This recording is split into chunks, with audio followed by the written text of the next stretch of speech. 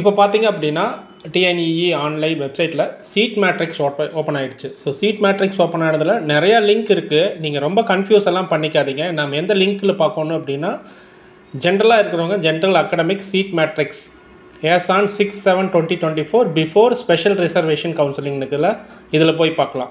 அதே vocational group இருக்கிறீங்க அப்படின்னா அவங்க இதில் போய் பார்க்கலாம். அந்த வொகேஷனல் சீட் மேட்ரிக்ஸ்னு சொல்லி செகண்ட் இருக்குல்ல அதில் பார்க்கலாம். So general people first matrix அதை ஓப்பன் பண்ணிக்கோங்க, வொகேஷனல் செகண்ட். அதே 7.5% கவர்மெண்ட் கோட்டாவில் இருக்கிறீங்க அப்படின்னா எந்தெந்த காலேஜில் எவ்வளோ சீட்ஸு உங்களுக்கு ஒதுக்கப்பட்டிருக்குது. அதே மாதிரி அவங்க வந்து பார்த்தீங்க அப்படின்னா உங்களுக்கு வந்து கேட்டகரி வைஸே கொடுத்துருக்காங்க, கம்யூனிட்டி கேட்டகரி வைஸ் எல்லாமே கொடுத்துருக்காங்க. அதே 7.5 ரிசர்வேஷன் வொகேஷனலுக்கும் கொடுத்துருக்காங்க. அதே போல் சாய்ஸ் ஃபில்லிங்கில் கவர்மெண்ட் ஸ்கூல்ஸ் 7.5ல் choice filling government schools sports quota, ex serviceman, differently abled இது எல்லாமே தனித்தனியாக கொடுத்துருக்காங்க. ஸோ இப்போ நம்மளுக்கு தேவை, மேஜர் மக்களுக்கு தேவை என்ன அப்படின்னு பார்த்தீங்க அப்படின்னா இந்த ஜென்ரல் அகாடமிக் சீட் மேட்ரிக்ஸ் தான். ஸோ அதை ஓப்பன் பண்ணிட்டீங்க அப்படின்னா உங்களுக்கு வந்து ஃபஸ்ட்டு காலேஜ் 335 பக்கம் இருக்குது. ஸோ நீங்கள் வந்து எல்லா காலேஜிலும் எல்லா டிபார்ட்மெண்ட்டும் அஃபிலியேட்டட் காலேஜோட டிபார்ட்மெண்ட்ஸ்லேயும் என்னென்ன சீட்ஸு உங்களுக்கு இருக்குது அப்படின்னு பார்க்கலாம். ஸோ இதுதான் வந்து உங்களுக்கு ஜென்ரல் மேட்ரிக்ஸோட பார்த்தீங்க அப்படின்னு தெரியும். ஸோ யூனிவர்சிட்டி டிபார்ட்மெண்ட், அண்ணா யூனிவர்சிட்டி, சிஇஜி கேம்பஸ். இது சிஇஜி கேம்பஸில் ஃபஸ்ட்டு பிரான்ச் பார்த்தீங்க அப்படின்னா பயோமெடிக்கல் இன்ஜினியரிங்.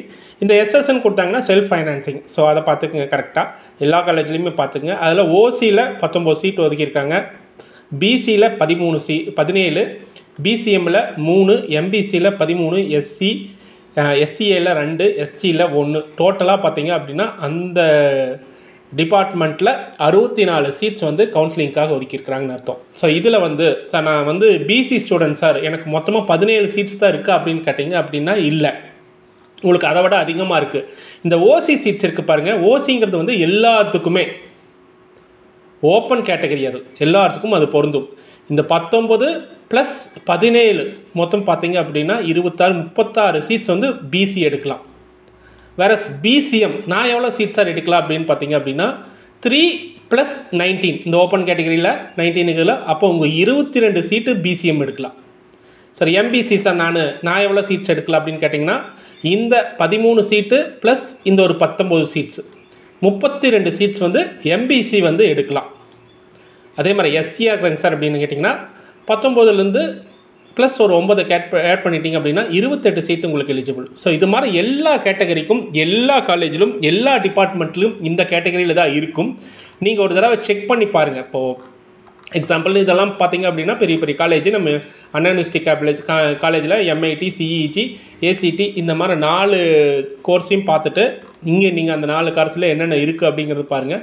அதுக்கப்புறம் ஒவ்வொரு காலேஜாக நீங்கள் பார்க்கலாம். கவர்மெண்ட் காலேஜ் ஆஃப் டெக்னாலஜி கோயம்புத்தூரில் பார்த்தீங்க அப்படின்னா இண்டஸ்ட்ரியல் பயோடெக்னாலஜியில் 34 சீட்ஸ், ஓசியில் பிசியில் 29 சீட்ஸ். இது எல்லாமே வந்து இப்போ இருக்கிற நிலைமைக்கு இந்த ஸ்பெஷல் ரிசர்வேஷன் நடக்குதுல்ல அதுக்கு முன்னாடி இவ்வளோ சீட்ஸ் தான் ஓப்பனாக எல்லாத்துக்கும் இருக்குது அப்படிங்கிறதுக்காக சொல்கிறது தான். ஸோ இதை வந்து நீங்கள் வந்து எல்லா காலேஜ் நீங்கள்லாம் தேர்ந்தெடுத்து வச்சுருப்பீங்களா ஒரு 10 காலேஜ், அதில் என்னென்ன டிபார்ட்மெண்ட் நம்மளுக்கு கிடைக்கும் அப்படிங்கிற மாதிரி காலேஜ் எல்லாம் எடுத்துருப்பீங்களா. அப்போது உங்களுக்கு எவ்வளோ சீட்ஸ் எலிஜிபிள், நீங்கள் பிசியாக இருந்தால் இப்போ எக்ஸாம்பிள் கோயம்புத்தூர் இன்ஸ்டியூட் ஆஃப் டெக்னாலஜியில் நான் வந்து கம்ப்யூட்டர் சயின்ஸ் எடுக்க போகிறேங்க எஸ்எஸ்ல அப்படின்னு நினச்சிங்க அப்படின்னா எஸ்எஸ்ங்கிறத பார்த்துங்க செல்ஃப் ஃபைனான்ஸ். அதுக்கு வந்து ஃபீஸ் மட்டும் அதிகமாக இருக்குது, கிளாஸ் எல்லாம் ஒரே மாதிரி எல்லாத்துக்கும் எடுக்கிற மாதிரி தான் இருக்கும்.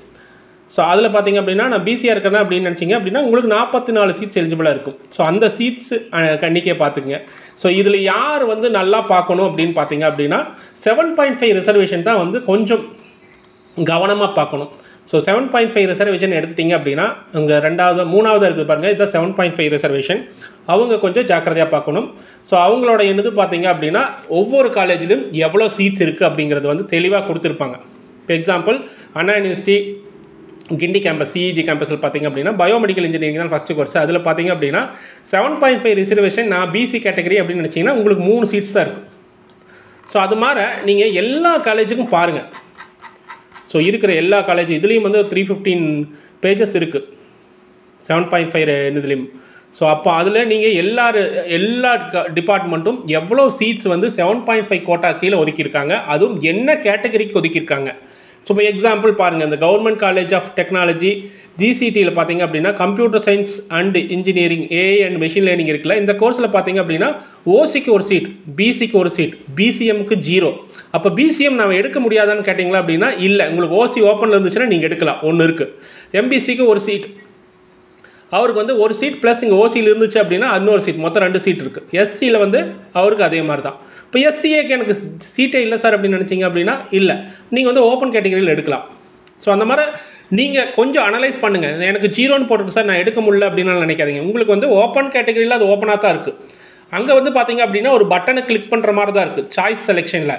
ஸோ அந்த பட்டனை செலக்ட் பண்ணும்போது அது ஆக்டிவாக இருந்துச்சு அப்படின்னா, அந்த ரோவே ஆக்டிவாக இருந்துச்சு, எக்ஸாம்பிள் நான் வந்து இந்த கம்ப்யூட்டர் சயின்ஸ் இன்ஜினியரிங் இதை எடுக்க போகிறேன் அப்படின்னா இது ஆக்டிவாக அந்த உங்களுக்கு டிஸ்பிளே பேஜில் உங்கள் பேஜில் லாகின் ஆனீங்க அப்படின்னா அது ஆக்டிவாக இருந்துச்சு அப்படின்னா உங்களுக்கு வந்து அந்த சீட்ஸ் எடுக்கலாம் அப்படின்னு அர்த்தம்.